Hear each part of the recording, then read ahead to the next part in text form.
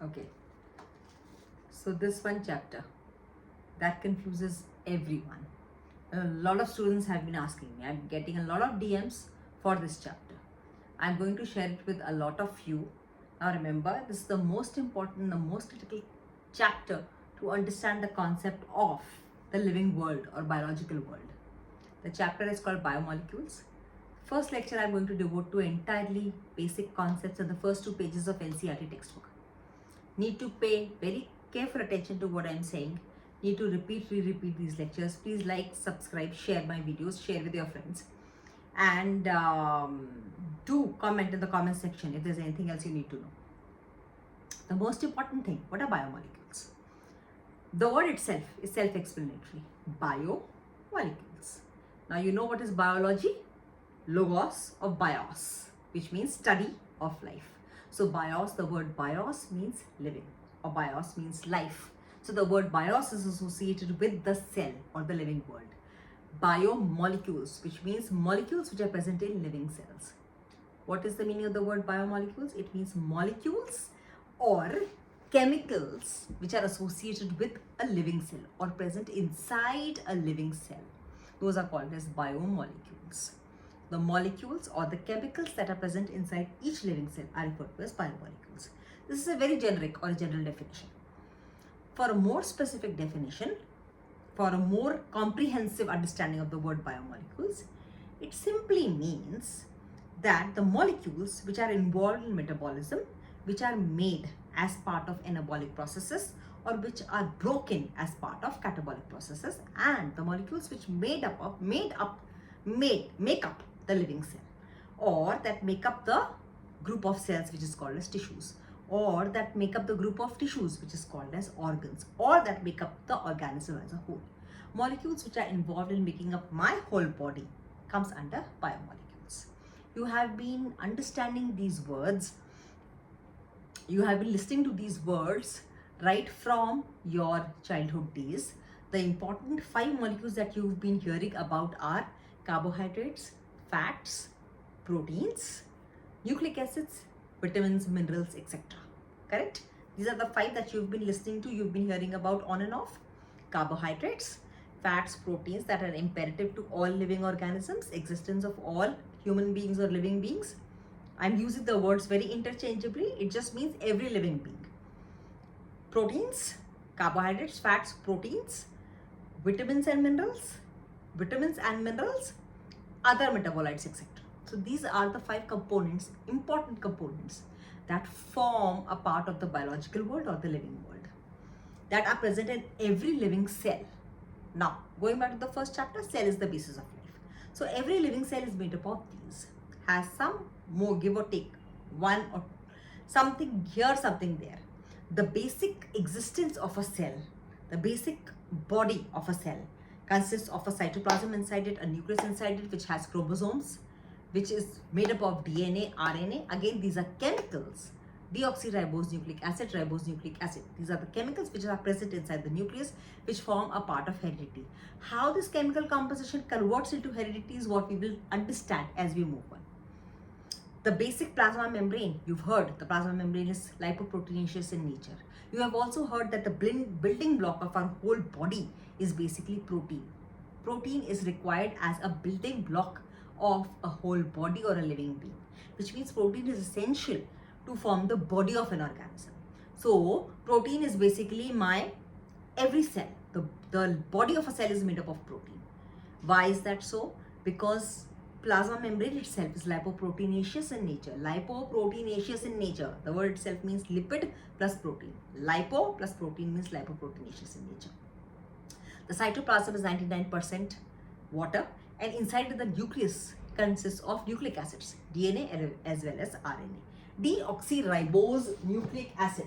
The word itself tells you that it is acidic in nature. Deoxyribose nucleic acid.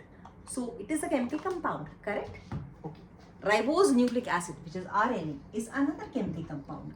So DNA, RNA are different chemical compounds. This chapter is going to deal with all these chemical compounds, nucleic acids plus carbohydrates. Now you know from your earlier classes, carbohydrates are a source of energy. So every cell requires energy to perform its basic living functions. Going back to living world, the chapter living world, every living cell, every organism requires energy to perform certain basic processes, and that energy is given by carbohydrates. The second is proteins. Proteins, as we understand, are the building blocks. Iska matlab, the entire building block of a body consists of protein. Now, what do you mean by building block? The cell, the body of a cell itself is proteinaceous in nature. Correct? Okay. Your hair is protein. Keratin, cysteine. Your nails are protein. Your skin, dermis, epidermis is protein. Your muscles are all protein. Myosin, actin. Your bone is all protein. Casein. Your enzymes are all protein. That are responsible enzymes are said to be biological catalysts. They are the ones that bring about all reactions within your body. Correct? So all enzymes are proteins. All antibodies are proteins. Iska matlab most of the immunological reactions in your body are brought about by proteins. Most of the hormones are proteins, which is why proteins are said to be building blocks of our body, because bone is protein, muscle is protein, skin has a lot of protein, hair is protein, nails is protein, your body is filled with protein. So the building block of the entire body is protein. Carbohydrates, proteins, nucleic acids, vitamins, minerals, and the third one is fats. Now, fats also form an important component or building block of a lot of our body. A lot of our hormones are fatty in nature. The cell membrane itself is lipoproteinaceous in nature. Ma'am, what is the meaning of the word lipo? It means it is a derivative of lipid. Lipid plus protein together is called as lipoprotein. What is lipid? Lipid profile. Go to your grandpa's pathological report and go through it and just see where do you find lipid profile. A profiling of blood lipid content is done, which means how much lipids are actually present in the blood. You will find different words like LDL, VLDL, HDL, which means high density lipids, low density lipids, LDL, and very low density lipids. HDL means high density lipid, LDL means low density lipids, and VLDL means very low density lipids. These all have an important role to play in your body. Cholesterol has an important role to play in your body. Again, it's a lipid. Vitamin D is a steroid. So many hormones are steroids in nature. Lipids or fats are also a source of energy. So what happens is when your body does not, you deprive your body of carbohydrates, the body starts depending upon fats as a source of energy. Fat means lipid. Lipid is stored within cells in your body which are called as lipocytes. If there is no carbohydrate in your diet, the body starts eating fat, and that is how you reduce your weight. This is what a carb restricted diet or no carb diet does to you. The concept of dieting with no carb means there is no carbohydrate in your diet, which is why your body starts eating up the fat in your body and you become slimmer and thinner. Once all that fat is eaten up and you still are not providing your body with carbohydrate or fat, then the body starts eating protein. So in a way, carbohydrates, proteins, as well as fats, all three are source of energy for the body. When does the body start using protein? Is the last source of energy that the body uses or any physical form uses. Protein matlab when malnourished children or children in Africa, you've seen those pictures of Somalian kids, etc. When they're deprived, when their diets are very deficient in carbohydrates and fats, they're extremely calorie deficient diets, then the body start depending upon the protein of the body. So they become extremely thin and malnourished. There are two diseases, you would have read the names of those, kwashiorkor and marasmus in Africa. If not, just Google the names of these diseases. One disease, it's a protein deficiency disease. One is marasmus and the other is KWA, kwashiorkor. Just Google the names of these diseases. Kwashiorkor and marasmus are diseases where the malnourished children do not get enough fats and carbohydrates in their diet. The body to depend for the energy requirement. Body has to live. It tries to make the best use of whatever is available. If you are not supplying it with carbohydrates and fat, it starts eating the muscles of the body. This is called as protein deficiency disorders, which includes kwashiorkor and marasmus. Very important NEET questions. NCERT textbook also gives you names of these two diseases, which are kwashiorkor and marasmus. They are protein deficient disease. Underline this part. Okay. So these are the major biomolecules that are found in our body. I have just given you an overview of the biomolecules that are found in your body. Carbohydrates, proteins, fats, nucleic acids, vitamins and minerals. Okay, moving on. Now, how do you identify these? The first 2 pages of NCERT textbook gives you how to identify these different biomolecules within your body. So you take a piece of living system, as the NCERT textbook says. You take leaf, you could take a flower, you could take a twig, you could take a plant, you could take liver. The NCERT textbook gives you liver. You could take any part of your body. You could take an eye, you could take a finger, you could take a kidney, anything, any body part. It means just take a living tissue. Just take a living tissue, and with trichloroacetic acid, you rub it with mortar and pestle. So whatever is soluble in that portion is called as acid soluble portion, and whatever does not dissolve in it is called as acid insoluble fraction. It is a piece of living tissue is ground in a mortar and pestle with trichloroacetic acid, which is CCl3COOH. It is strained through a muslin cloth or a filtered. Whatever goes down is the acid soluble portion, which is dissolves in this trichloroacetic acid. Whatever doesn't dissolve in it is called as acid insoluble portion, or it is also referred to as a filtrate. So when you filter something, what goes down is called as filtrate, and whatever remains behind is called as retentate, not filtrate. What is remained behind is called as retentate. Whatever dissolves in the acid soluble portion goes down is called as filtrate. Whatever is retained is called as retentate. Yes? Okay. Now, when you do this, and a lot of biomolecules or large molecules remain in the retentate. That is, they do not filter out with the acid soluble fraction. It is found in the acid insoluble fraction. Meaning carbohydrates, proteins, fats, lipids, etc. remain in the acid filtrate, in the retentate, which means the acid insoluble fraction. Whereas whatever goes down in the acid soluble fraction mainly involves the minerals, vitamins, etc. Now, lipids are something. Lipids are not biomolecule by means of their weight. They are low molecular weight compounds. Carbohydrates, fats and nucleic acids are all polymers. Lipids are not polymers. So they are low in molecular weight. But they still, because of the way they are carried in the living system, they are attached to several things, proteins, etc. in the living system. They do not pass down in the acid soluble fraction. They remain in the acid insoluble fraction, or which is called as retentate. Understood? Now, when you take this living tissue, or you take any piece of liver or whatever, plant tissue, fungus, whatever, and you burn it.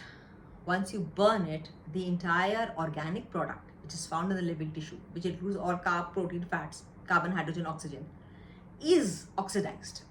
All the H2 gets converted into water. All the carbon gets converted into carbon monoxide and then carbon dioxide. So all the organic matter evaporates, becomes carbon dioxide and water and evaporates. You keep heating it in an incinerator at a very high temperature. And what remains behind is soot or ash. What remains behind is complete ash. And that ash has all the inorganic constituents. Meaning, if you do elemental analysis of any living tissue, it contains organic as well as inorganic substances. The organic substances mainly include carbohydrates, proteins, lipids, DNA, RNA, and vitamins.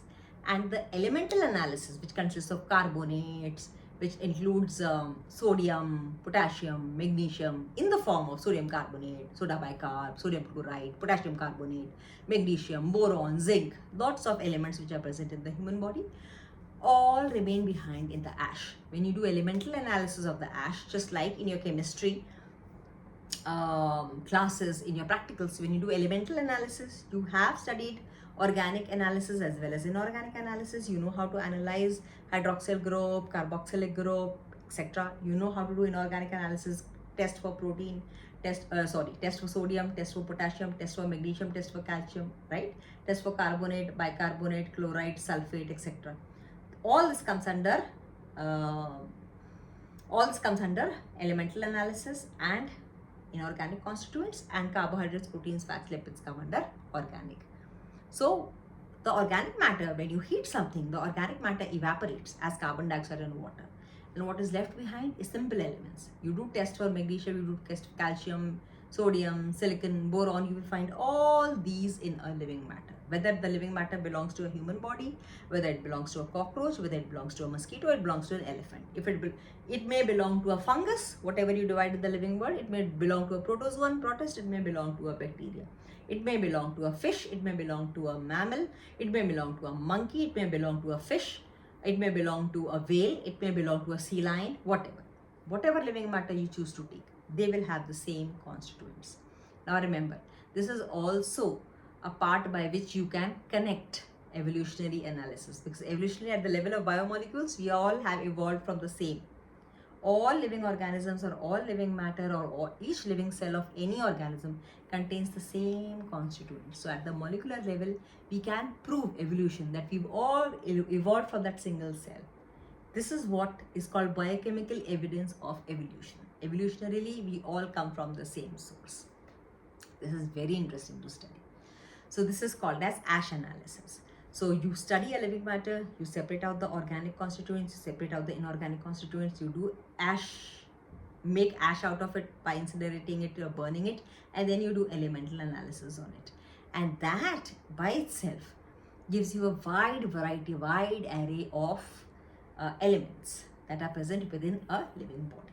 The important biomolecules that you're going to study in this chapter that I'm going to start next lecture onwards are mainly carbohydrates, that NCERT textbook gives you different types of carbohydrates, the source of energy.